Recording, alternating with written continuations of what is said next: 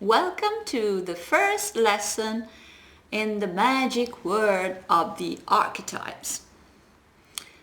In this first lesson we will have a general overview, and then in the next lessons we will go into detail about each archetype in particular. First of all, I would like to show you my source of inspiration, which is this book called The Hero and the Outlaw from Mark and Pearson, which describes very well, very deeply, all the archetypes. Then I took them and slightly revised them according to my experience in order to make them a bit more compelling. The archetypes are very easy to understand because actually they represent the inner, profound, complex psychological dynamics every individual has. But they're simple, and you can see them across time and geography, and they will always remain the same. This happened in the Greek mythology, and it's happening now in the movies. And it's happening all over the world, in every culture, in every different country.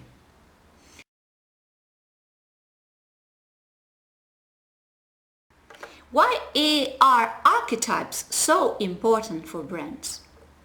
Actually, as we have seen, the success of big brands is related to their mental availability. These big brands are not inanimate objects. They have a soul. And this is the role of the archetype, to be able to transform a brand into a human being and to establish an emotional connection with people. The archetypes, in a sense, are the heartbeat, are the soul of the brand. And each brand has its own soul. We just need to rediscover it. The strength of the archetypes for the brand value has been demonstrated also by a wide study from Y&R on 13,000 different brands in different categories, different countries, and they came up with this conclusion that the big brands who have an archetypal meaning are the ones with the highest value, not also in terms of perceived value by consumers, but in terms of financial long-term performance indicators like the EVA, for example. They are represented on two axes. One axis goes from, the vertical one goes from mastery risk to stability. In the mastery risk area we have the hero, magician and outlaw.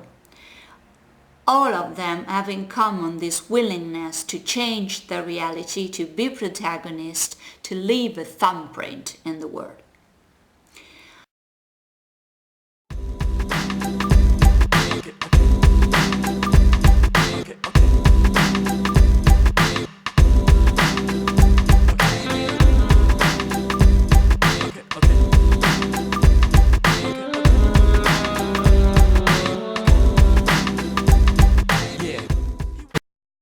On the opposite side, we have the stability with the caregiver, ruler and creator.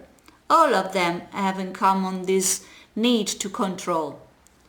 The caregiver controls the pain and the suffering and the death, fear. The ruler controls possible enemies and risks from the status quo. The creator tries to control the inner overwhelming emotions. Is alright, with his own views suffice. But soon as the moon hits the fool, he's consumed with an ignorant search for the light. And some would call it first in flight, but most would term it as the person's vice. Cause so assertive said search for light, that a certain someone sets all aside.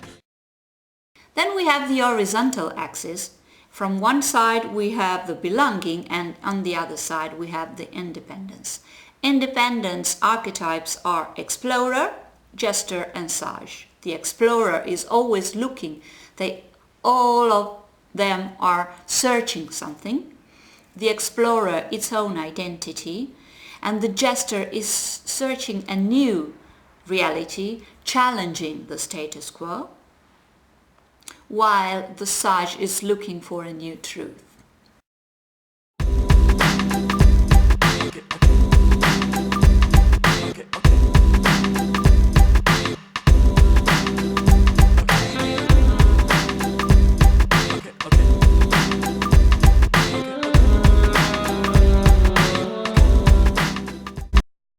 And then in the belonging opposite area we have the innocent, regular guy and lover. All of them need to belong to someone. The innocent needs to belong to the big mother nature, the good mother. The regular guy needs to belong to a group, to a team. And the lover needs to belong to a dedicated person. That he would follow it, it serves him right. Let him wallow in his folly till the curtain's tight, and his audience forgotten how his words recite. Oh, that's so sad. So sad. Aww. All these and lots more in the next lessons on the archetypes. Bye bye!